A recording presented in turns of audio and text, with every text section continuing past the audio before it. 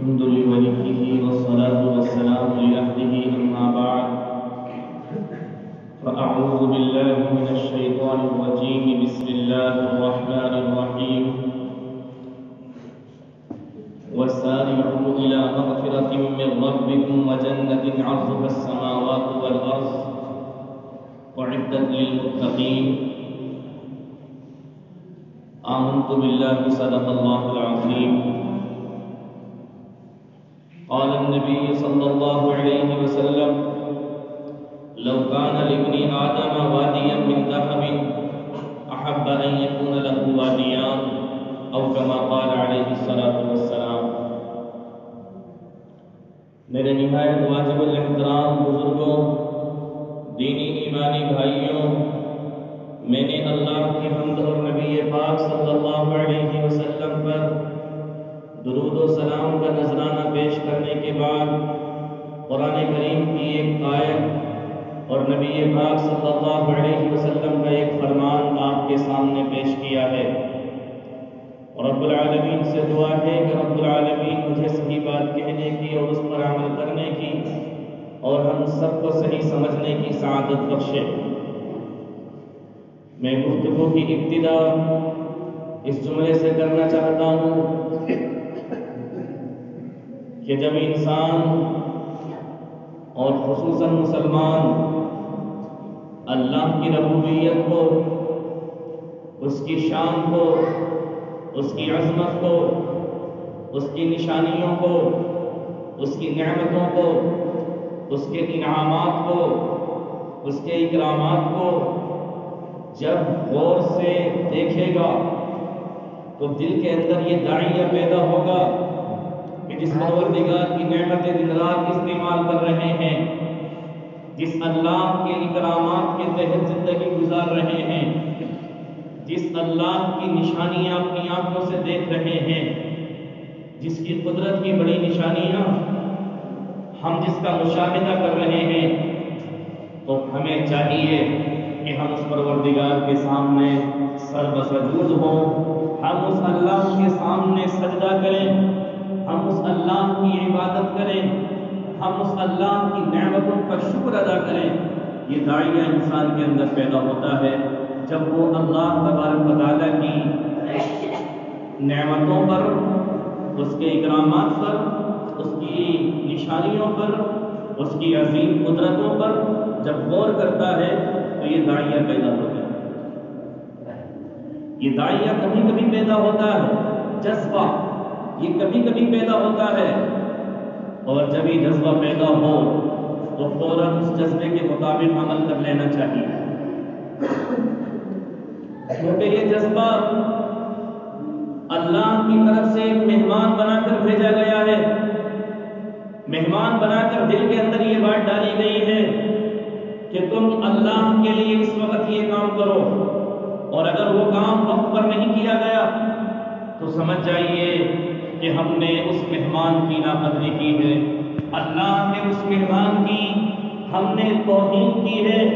ہم نے اللہ کے اس مہمان کا اکرام نہیں کیا ہے. پھر دوبارہ کبھی جذبہ انسان کے دل کے اندر پیدا بھی نہیں ہوتا ہے. حالات یہ بنتے ہیں کہ شیطان جو لوگوں کو بہکاتا ہے، ہر انسان کو بہکانے کا الگ طریقہ اس کے پاس موجود ہے، ہر ایک کو الگ طریقے سے. عالم کو علمی میدان میں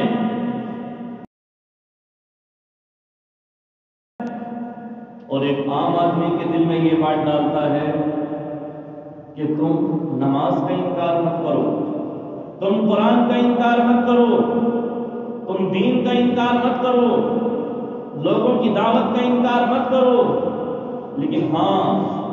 اتنا تو ہے کہ ذرا ابھی آئے کی جلدی ہے، ابھی عمر بہت بڑی ہے، تھوڑا یہ کام صبح سے کر دینا، یہ نماز فجر سے شروع کر دینا. فجر آ گئی کل کی فجر سے، اچھا اب تو جمعہ آنے والا ہے، جمعے سے شروع کر دینا. یہ خیالات شیطانی خیالات جو ہمیں اپنے گھیرے میں ایسے لیے ہوئے ہوتے ہیں کہ ہم چاہ کر بھی دل سے چاہتے ہیں کہ نمازی بن جائیں، دل سے چاہتے ہیں کہ پکے مسلمان بن جائیں، جن سے چاہتے ہیں کہ اللہ کی نعمتوں کی قدردانی کریں، لیکن شیطان بہکاتا اس طریقے سے ہے، بہت عمر باقی ہے، عمرے دراز مانگ کر لائے تھے 4 دن، تو آرزو میں کٹ گئے تو انتظار میں، اب آئے گا وہ موسم، رمضان کا مہینہ آنے والا ہے، رمضان کے مہینے سے اسٹارٹ کر۔ اس لیے قرآن پاک میں کہا گیا فاستبقوا الخیرات، نیکی کے کاموں میں جلدی کرو، نیکی کے کاموں میں ایک دوسرے سے سبقت کرو، ایک دوسرے سے آگے بڑھنے کی کوشش کرو۔ قرآن کی اس آیت میں وَسَارِعُوا إِلَىٰ مَغْفِرَةٍ مِّن رَّبِّكُمْ،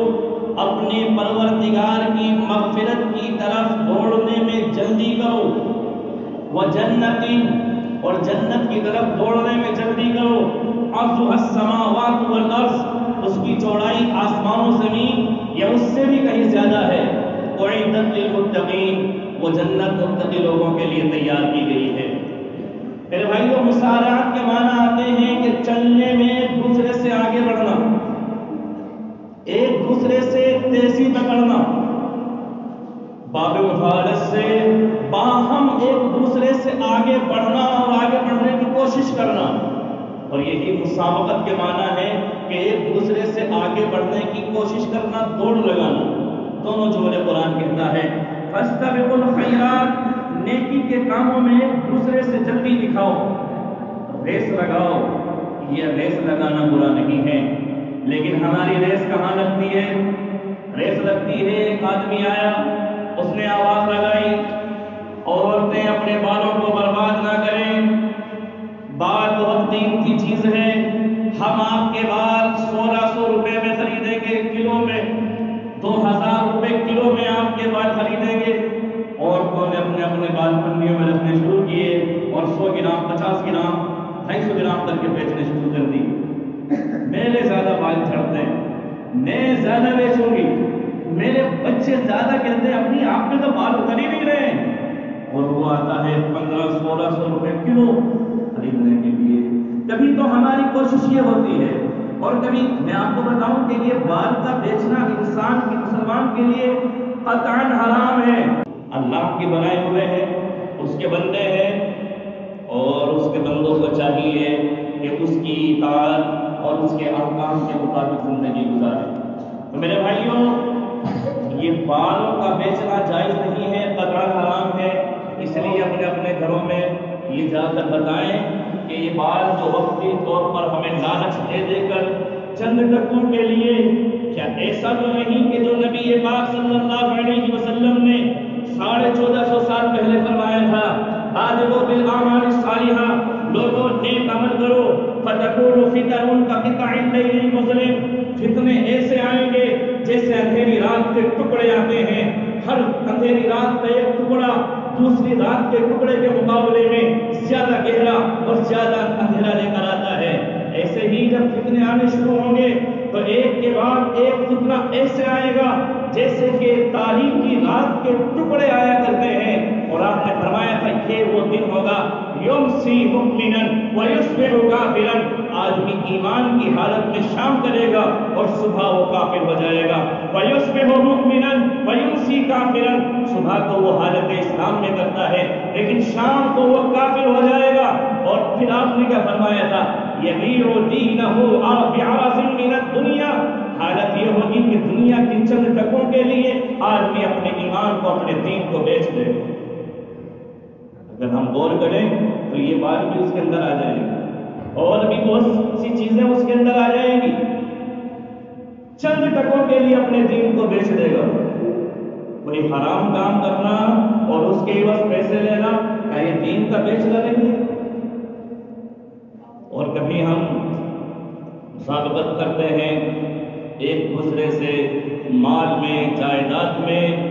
آگے بڑھنے کی، پلاٹنگ یا بلڈنگیں یا مکانات یا دولت، ہماری پوری جد و جہد اسی کام کے لیے صرف ہو جاتی ہے، جس کام کے لیے ہمارے پاس وقت ہے وہ یہی کام، جہاں تک بات دین کی ہو، اسلام کی ہو، اللہ کے احکام پر چلنے کی ہو تو وقت بہت کم ہے۔ جو بات بھی کرنی ہو ذرا مختصر وقت میں کریں، ایک بج جاتا ہے آپ 1-2 منٹ آگے چلے جاتے ہیں۔ وقت نہیں ہے اپنے پاس، اتنا وقت نہیں ہے اپنے پاس کہ ہم آپ کی بات کو 2-4 منٹ زیادہ سن سکتے ہیں، اتنا وقت نہیں ہے۔ وقت ہے ایک دوسرے سے مال میں آگے بڑھنے کا، حرص کرنے کا۔ میرے بھائیو، ایک وقت وہ تھا صحابہ کی زندگی میں جب نبی پاک صلی اللہ علیہ وسلم نے یہ فرمایا تھا، لو کان لابن آدم وادیا من ذهب، اگر آدم کے بیٹے کے پاس سونے کا ایک پہاڑ ہو، ایک وادی ہو، احب ان یکون له وادیان، وہ اس بات کو پسند کرے گا کہ اس کے پاس 2 سونے کی وادی ہے۔ اور یہ نفس کبھی آپ کو اطمینان نہیں دلا سکتا، یہ نفس کبھی آپ کو سکون نہیں دلا سکتا، اور ہزاروں خواہشیں ایسی کہ ہر خواہش میں دم نکلے، بہت نکلے میرے ارمان لیکن پھر بھی کم نکلے، یہ دنیا کی حالت ہے۔ اور صحابہ سے کہا تھا، صحابہ اگر ایک دوسرے سے آگے بڑھنے کی کوشش کرنی ہے تو دین کے معاملے میں کوشش کرو، اسلام کے معاملے میں کوشش کرو، اللہ کے یہاں اپنے درجات کو بلند کرنے میں ایک دوسرے سے آگے بڑھنے کی کوشش کرو۔ ایک دکھتا ہے کہ ہمیں 5 وقت کی نماز پڑھتا ہے، ہم یہ کوشش کریں کہ ہم اشراق اور چاشت کی بھی پڑھیں گے۔ وہ لگ رہا ہے کہ وہ اشراق اور چاشت بھی پڑھتا ہے، ہم کوشش کریں کہ تہجد بھی پڑھیں گے۔ جب لگتا ہے کہ وہ تہجد بھی پڑھتا ہے، اشراق بھی پڑھتا ہے، لیکن گناہوں سے بچتا ہے، تو ہم کوشش کریں گے کہ ہم گناہوں سے بھی بچیں گے، ہم گناہوں سے بھی بچیں گے۔ اور اگر ہمیں لگتا ہے کہ وہ چھپ چھپ کر صدقات کرتا ہے، خیرات کرتا ہے، غریب لوگوں کی مدد کرتا ہے، تو ہم بھی یہ کوشش کریں گے کہ چھپ کر لوگوں کی مدد کریں، چھپ کر لوگوں کو صدقات دیں، چھپ کر لوگوں کی امداد کریں۔ اور یہ ہماری تاریخ میں،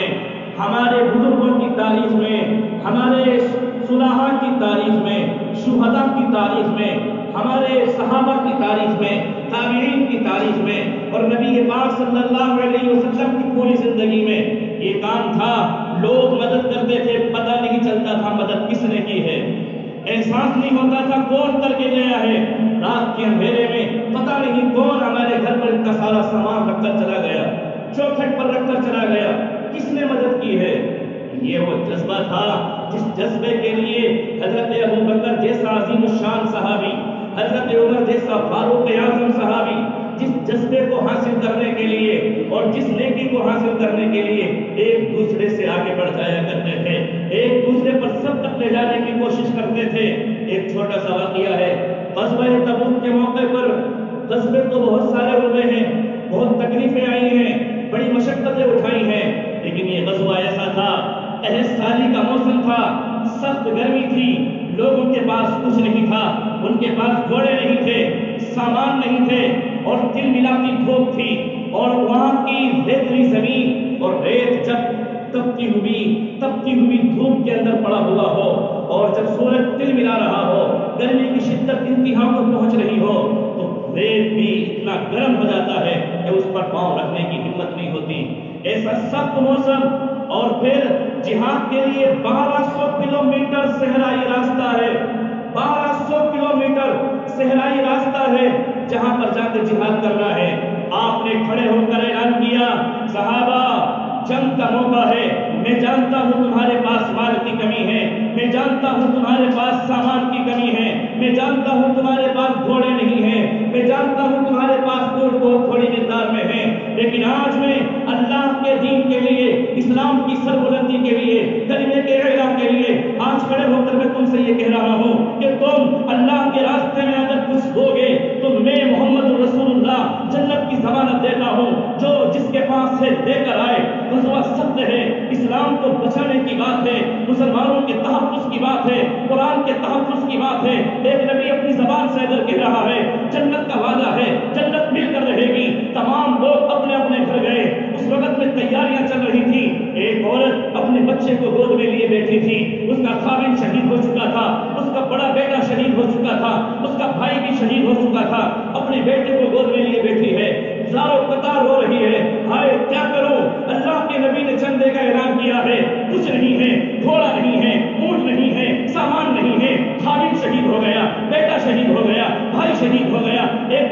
بچہ ہے، اے اللہ کے رسول آپ اس بچے کو لے کر اللہ کے رسول کی خدمت میں پہنچی، جا کر کہا یا رسول اللہ یہ میرا چھوٹا سا بچہ ہے، آپ کسی کو قبول فرما لیجئے۔ آپ نے فرمایا بہن اتنے چھوٹے بچے کو ہم نہیں لے جا سکتے۔ آپ نے فرمایا، وہ عورت کہنے لگی اے اللہ کے رسول میں جانتی ہوں میرا بچہ تلوار نہیں اٹھا سکتا، میں جانتی ہوں میرا بچہ کچھ نہیں کر سکتا، لیکن اے اللہ کے رسول جب آپ کے کسی سپاہی پر، کسی صحابی پر، آپ کے کسی فوجی پر جب کوئی تیر آئے تو میرا بچہ ڈھال بننے کے کام آ سکتا ہے، اے اللہ کے رسول آپ میرے بچے کو لے جائیے۔ یہ جذبہ تھا مدینہ کی سرزمین پر۔ حضرت ابوبکر صدیق اپنے گھر گئے، حضرت عمر بھی اپنے گھر گئے سامان لینے کے لیے۔ حضرت عمر کے دل میں یہ بات تھی کہ شاید آج وہ دن ہے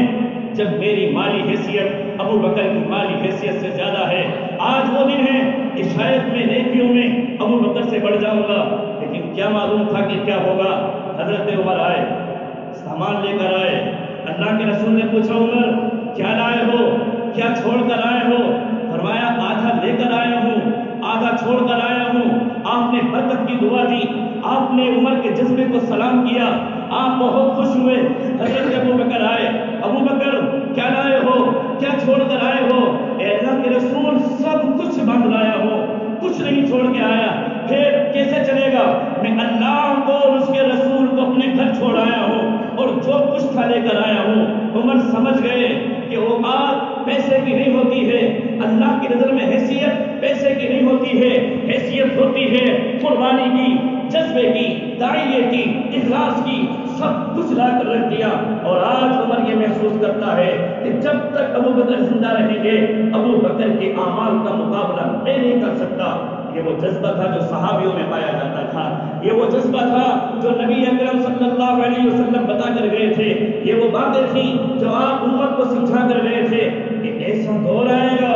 فَتَكُونُ فِتَنٌ كَقِطَعِ اللَّيْلِ الْمُظْلِمِ، رات کی تاریکی کے ٹکڑے اس طرح سے آتے ہیں، فتنے ایسے نمودار ہوں گے۔ ہم تو اسی سوچ میں ہیں اور شیطان کے اس بہکاوے میں ہیں کہ صبح سے کر لیں گے، چلو مغرب سے شروع ہو جائیں گے، چلو عشاء سے شروع ہو جائیں گے،